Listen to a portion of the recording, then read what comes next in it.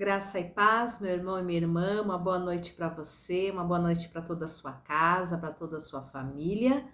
Com alegria nós podemos nos encontrar mais uma vez para este tempo de estudo da palavra do nosso Deus, estudando Atos dos Apóstolos, capítulo de número 20. Já estamos no capítulo 20 e hoje faremos a leitura a partir do versículo de número 13. Portanto, eu te convido que você possa abrir a sua Bíblia, a palavra de Deus, e que o Espírito Santo nos inspire neste tempo de leitura da palavra. Essa palavra que nós cremos é viva, é poderosa e não volta vazia. Amém? Atos, capítulo 20, versículos de número 13 em diante. Paulo embarca em Assos, chega a Mileto. Nós, porém, prosseguindo, embarcamos e navegamos para Assos, onde deveríamos receber Paulo, porque assim nos fora determinado, devendo ele ir por terra. Quando se reuniu conosco em Assos, recebemo-lo a bordo e fomos a Mitilene.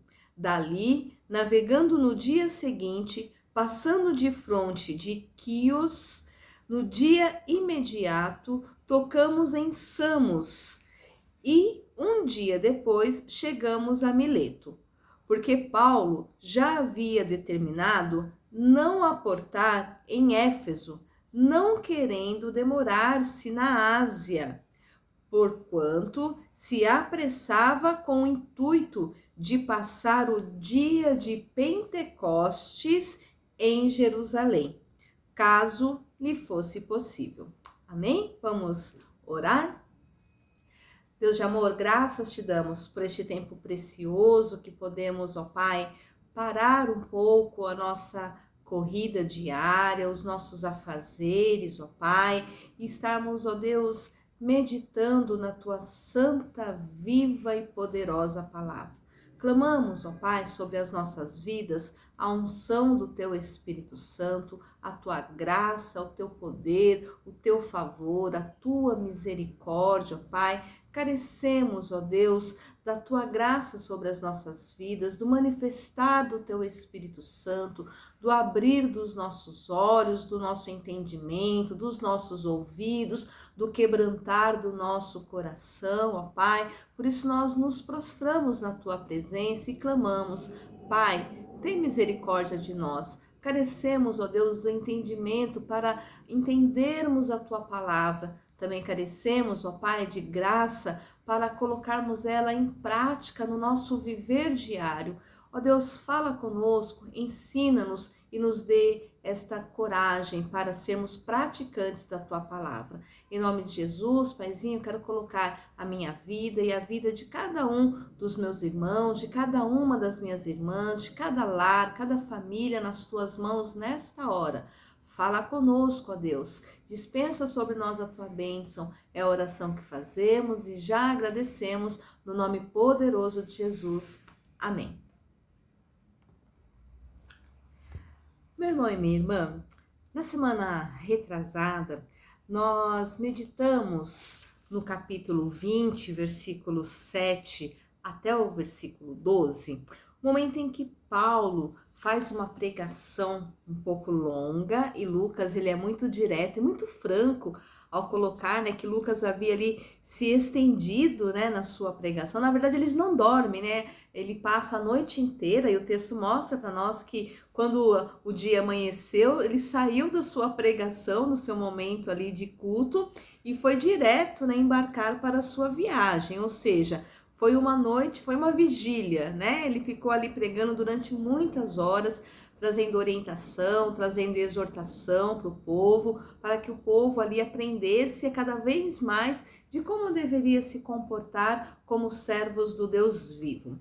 E Lucas traz para nós, então, com muita claridade, com muita franqueza, né, essa situação em que as pessoas, ouvindo Paulo, chegaram a dormir. E aí nós temos o caso do jovem Eutico que acabou dormindo, caiu da janela do terceiro andar e morreu com a queda. E aí ali acontece o milagre. Paulo desce até onde está aquele rapaz e naquele momento então se debruça sobre ele e diz para que todos ficassem tranquilos que a vida estava nele, né? Então, aquele menino então ele é ressuscitado ali pelo poder de Deus por meio da vida de Paulo. E aí Paulo, ele opera o milagre e é interessante que ele volta para fazer o que ele estava fazendo. Ele volta, continua pregando, participa da Eucaristia, da mesa de comunhão, da Santa Ceia, dá sequência ao que ele tinha que fazer, porque ele tinha muitos ensinamentos a serem passados e o tempo era curto. Ele ia viajar na manhã seguinte, não poderia perder muito tempo ali. Então ele tinha que aproveitar muito bem o seu tempo e ensinar tudo aquilo que era necessário. A gente percebe no relato de Lucas que Lucas não tem aqui uma preocupação em exaltar a pessoa de Paulo, né? Ele até deixa claro, olha, Paulo falou um pouco demais, as pessoas chegaram a dormir. Então, se ele coloca o que realmente está acontecendo. E a gente pode até perceber, né, que hoje a gente tem algumas situações que são extremos. Hoje a gente tem membros, né, das comunidades, das igrejas, que acabam atacando de forma até veemente, até grosseira, seus líderes religiosos. Nós temos visto, né, até agora com essa questão de mídias sociais, pessoas que falam mal dos seus líderes, né, reclamam da igreja, reclamam dos grupos, dos ministérios, de pastores, de pastoras, de grupos de louvor, de liderança, sem nenhum escrúpulo, sem nenhum cuidado.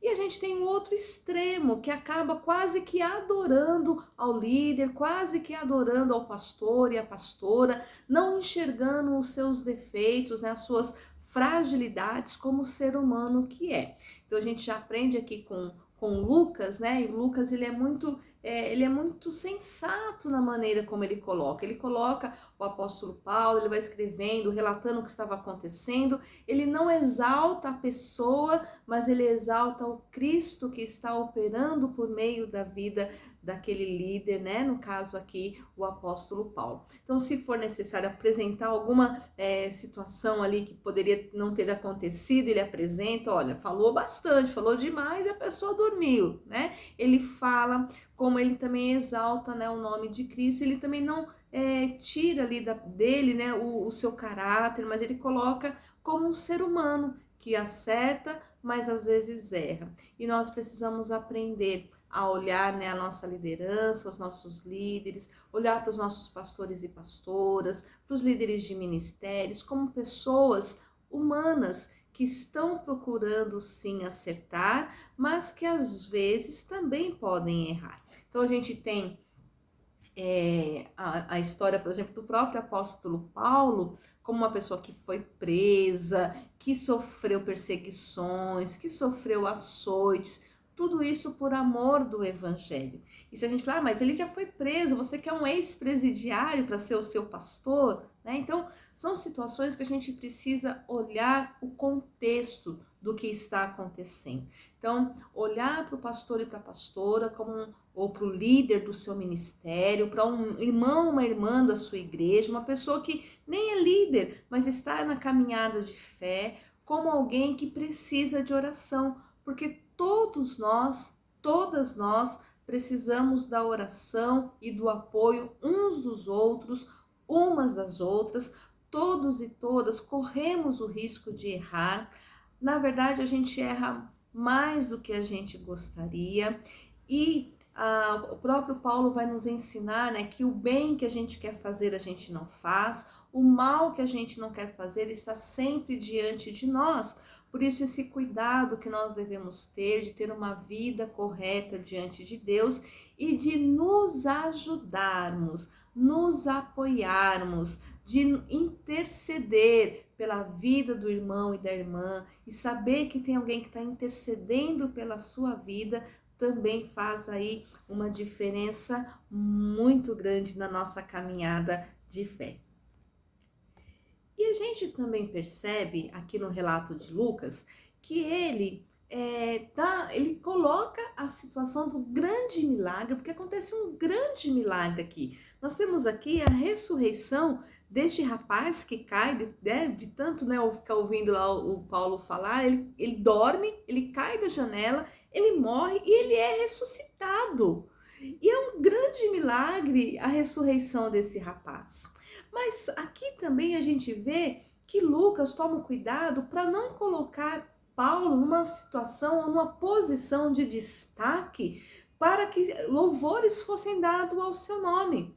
Então a gente percebe assim que há muitos líderes hoje religiosos, muitos pastores e pastoras, muitos irmãos e irmãs que são verdadeiras bênçãos, instrumentos de Deus e nem por isso devem ser adorados ou louvados, porque a palavra nos ensina e nós trouxemos a nossa memória por conta da celebração dos 504 anos da Reforma Protestante, que glória somente a Deus. Só lhe dio glória. Então, só a Deus dai glória. Então, nós precisamos sempre cuidar que o ser humano, ele pode cair ou ele pode estar em lugar de destaque.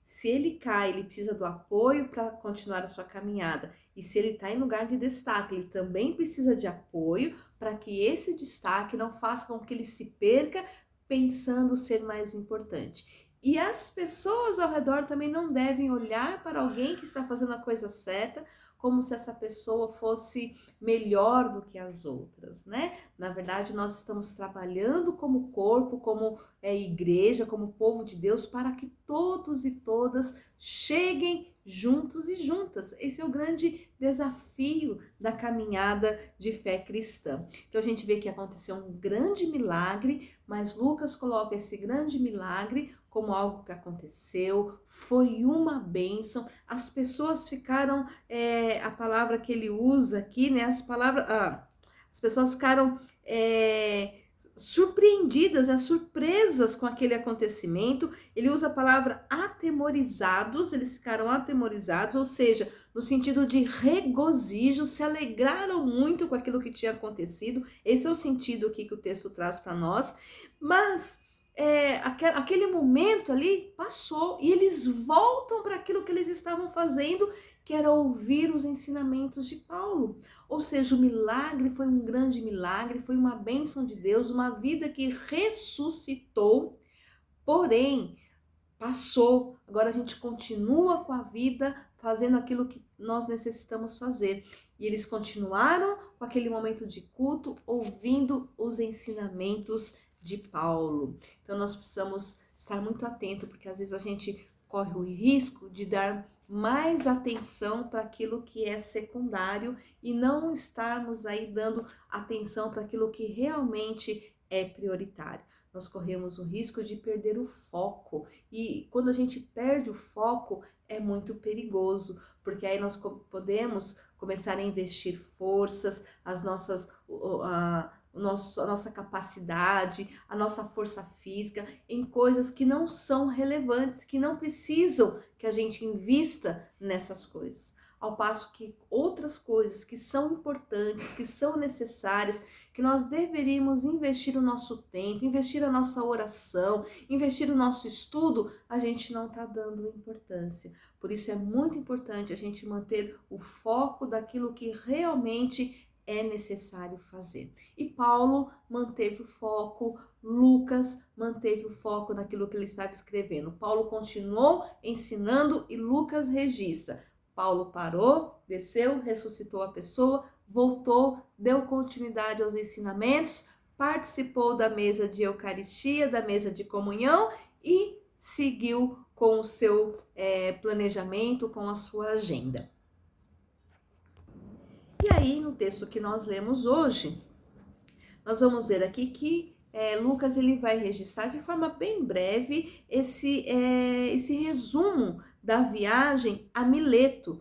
E Mileto fica aí aproximadamente cerca de 15 quilômetros da cidade de Éfeso.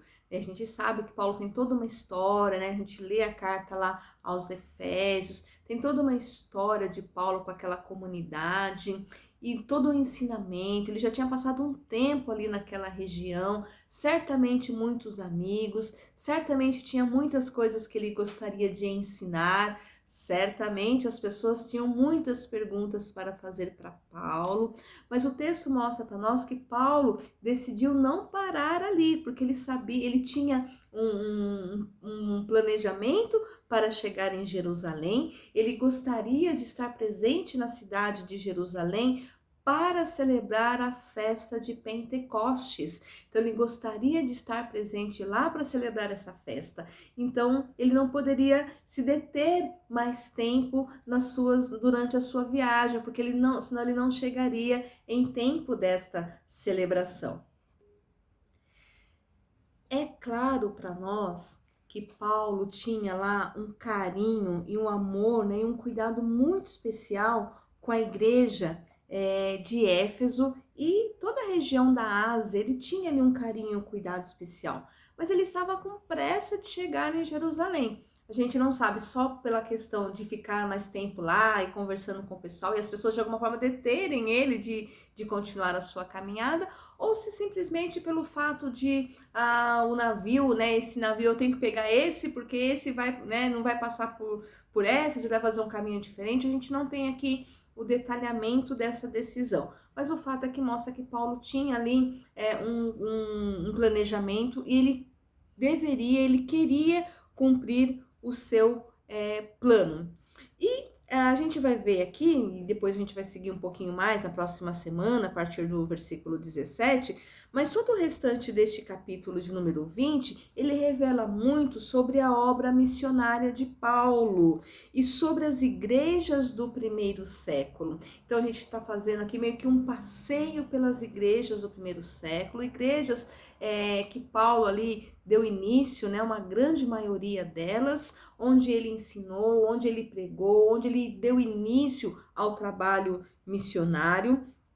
E Paulo, ele tinha um cuidado muito, a gente tem visto isso, o cuidado que Paulo tinha para com, um cuidado especial para com a formação da liderança. Por isso que ele ensinava, ele pregava, ele escrevia as cartas, por isso que ele falou todo esse tempo lá em Troade, ficou a noite inteira falando, ensinando, exortando, orientando, a ponto das pessoas dormirem durante o seu ensinamento. Mas ele tinha ali um cuidado e uma preocupação de não perder a oportunidade em que ele estava ali para ensinar o povo como eles deveriam se portar, qual era a melhor maneira de agir. Então ele tinha assim todo esse cuidado especial em relação à formação da sua liderança, que foi um cuidado muito importante no empenho missionário, né? Um cuidado que tem um componente aí que fez toda a diferença na formação das primeiras igrejas, porque a gente precisa entender que aqui ele está lançando as bases. A gente lembra, né, que a gente leu lá no capítulo 2 de Atos, como viviam os convertidos, no partir do pão e na comunhão, e de casa em casa, e unanimidade na oração, perseverantes na oração, estavam sempre no templo. Então, todos esses ensinamentos, eles não tinham essa prática. Agora ele começa com essa prática, com esse ensinamento, e Paulo tem que fortalecer esse ensinamento na vida das novas comunidades. Então, se você pega lá um grupo de judeus que já tinham algumas práticas, né, sobre os horários de oração, sobre a importância do templo, sobre uma vida ali de acordo com a palavra do Senhor, né, de acordo com o Pentateuco, então eles tinham já alguma noção. Mas aí você pega um novo povo que não tem noção nenhuma, que não sabe o que é Deus, que não sabe o que é igreja, que não sabe o que é vida de santidade. Então você tem que ter um cuidado maior de orientação, de ensino, de explicação, de estar moldando essas vidas, de estar orientando essas vidas para que elas possam então começar a assumir atitudes e práticas cristãs. E isso não é diferente nos nossos dias. Hoje, nos nossos dias, nós temos também situações similares, onde nós temos pessoas, e por incrível que pareça, ainda existem hoje pessoas que não conhecem a fé cristã. Podem até, de alguma forma, em algum momento histórico, já terem ouvido falar de Jesus, mas não sabem quem é esse Jesus, não sabem o que Jesus oferece, não sabem o que significa servir a Cristo. E aí, essas pessoas acabam tendo práticas em sua vida, buscando a paz que só Jesus pode dar, buscando essa satisfação que só Jesus pode dar, buscando essa fé que só Jesus pode dar, buscando essa esperança que nós só temos em Jesus, em outras coisas, e fazem coisas das mais absurdas. E para nós que conhecemos o evangelho verdadeiro, né, o evangelho de Jesus Cristo, a gente sabe que é absurdo, mas para quem não conhece, pensa que está certo. E aí a gente precisa entender que as pessoas fazem o que elas fazem porque elas pensam que aquilo de alguma maneira vai trazer felicidade para elas, porque elas ainda estão vivendo no engano, ainda estão vivendo na mentira do mundo, ainda estão vivendo na escuridão. E por isso a importância de nós continuarmos pregando o evangelho, continuar anunciando Jesus Cristo, continuar anunciando que há um único Senhor, o único e suficiente Salvador, que deu a vida por nós, para que as pessoas, ao ouvirem falar de Jesus, tomem conhecimento dessa palavra que há através da Bíblia, e aí elas passam a ter as suas vidas libertas do jugo desse mundo. Então, o nosso papel como cristãos e cristãs é muito sério. Assim como Paulo tinha todo esse cuidado de estar orientando as comunidades pelas quais ele já havia passado, nós hoje temos essa responsabilidade: pregar Jesus, anunciar Jesus, anunciar salvação, anunciar que Jesus já levou sobre a cruz do Calvário os nossos pecados, que ele desfez todas as amarras, que ele quebrou todos os grilhões e que nós temos vida eterna, vida plena, vida abundante. E essa vida que nós temos em Jesus é que traz a paz, é que traz alegria, é que traz satisfação, é que traz esperança, é que fortalece a nossa fé. E isso nos dá condições de continuar a caminhada. Mas há muita gente que ainda não conhece e não ouviu falar desse Jesus. Paulo, evidentemente, ele tinha uma ligação muito forte e afetiva com os líderes da igreja de Éfeso. São chamados presbíteros da igreja e depois vão ser chamados de bispos da igreja, né? A gente vai ver na semana que vem, não vou adiantar aqui não, no versículo 17, mas a gente vê que Paulo tem esse cuidado para com esses homens de Deus, pessoas ali comprometidas com o evangelho. Nós temos líderes mulheres também que estão presentes ali, comprometidas, mulheres de Deus comprometidas com a obra missionária, mas que precisavam ser cuidadas pelo apóstolo Paulo. Então eu retomo o que eu falei no início desse estudo. O evangelho é feito, a igreja de Cristo é feita, é constituída por homens e mulheres que procuram fazer a coisa certa, mas que às vezes podem errar também. Por isso é importantíssimo esse cuidado mútuo. A gente chama isso na igreja de discipulado, onde a gente cuida, a gente um dos propósitos do discipulado é o pastoreio mútuo, onde as pessoas se cuidam umas das outras, como nós trazemos a nossa tradição da reforma protestante, né? O sacerdócio universal. Nós podemos cuidar uns dos outros. Cristo é o único mediador, mas nós temos o compromisso cristão de amar, de ajudar, de caminhar junto. E Essa semana minha filha falou assim, é verdade, bem disse o pastor, a gente tem que amar aquelas pessoas que ninguém ama.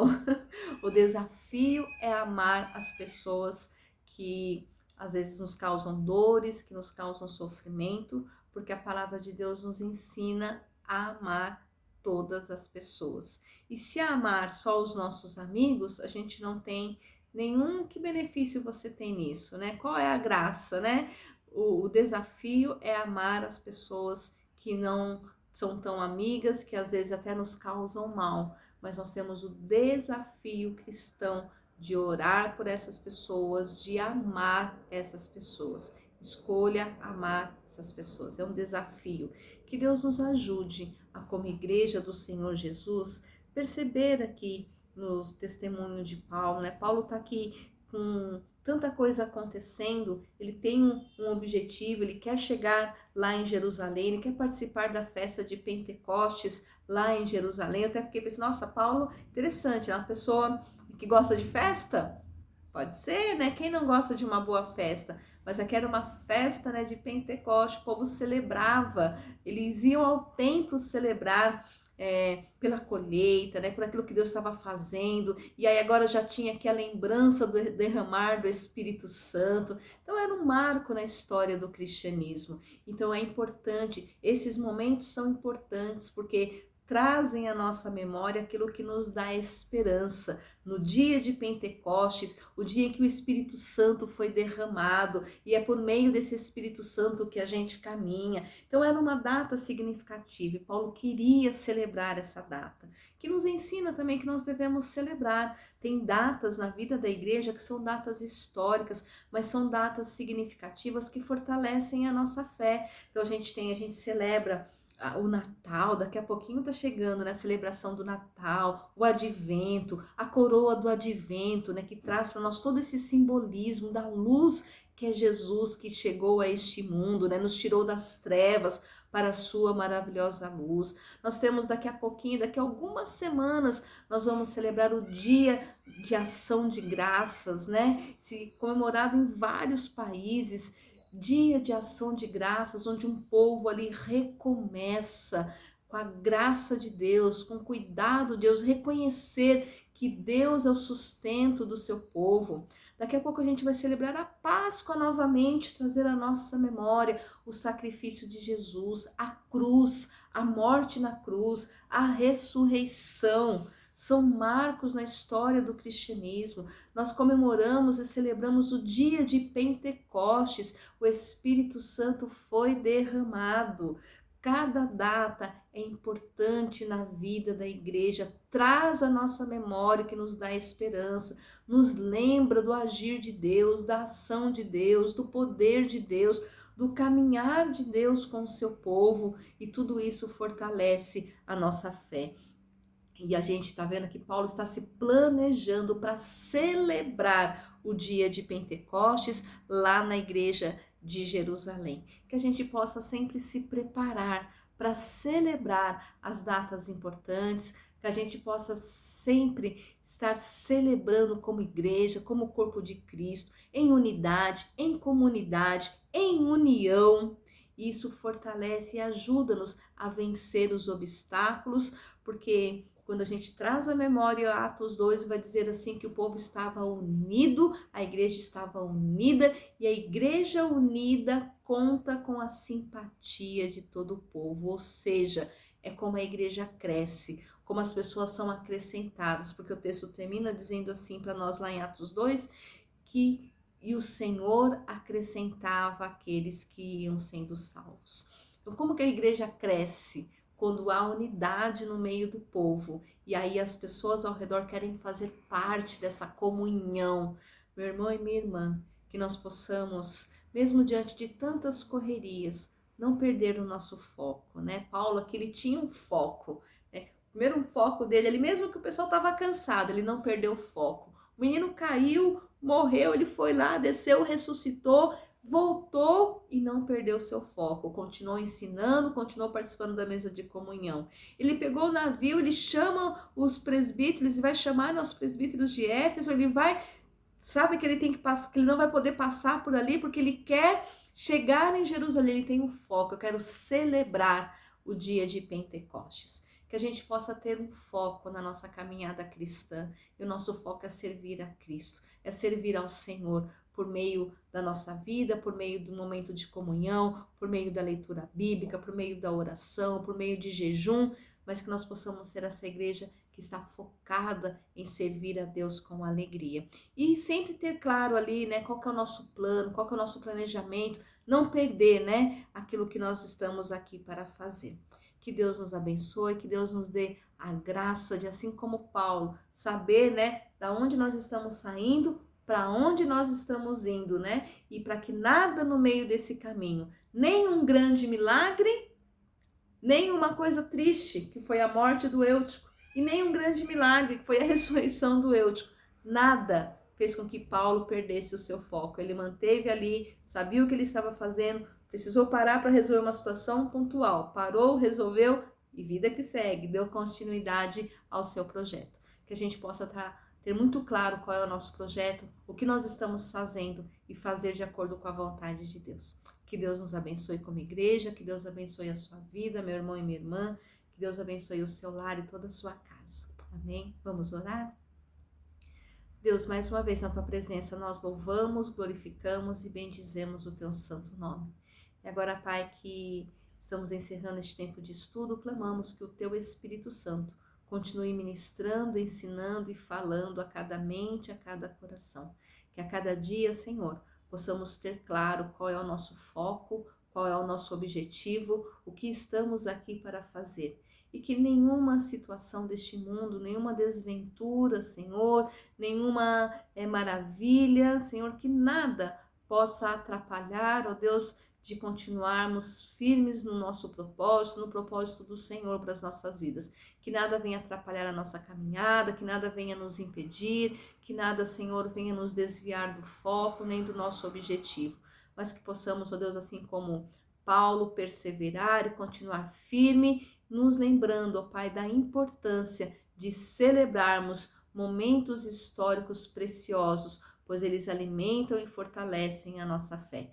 Continue caminhando conosco, abençoe cada lar, cada família, abençoe todo o teu povo, sê com a tua igreja, é a nossa oração e a nossa gratidão, no nome poderoso de Jesus. Amém. Amém, meu irmão e minha irmã, que Deus abençoe o seu lar, que Deus abençoe toda a tua casa, que você tenha uma excelente noite.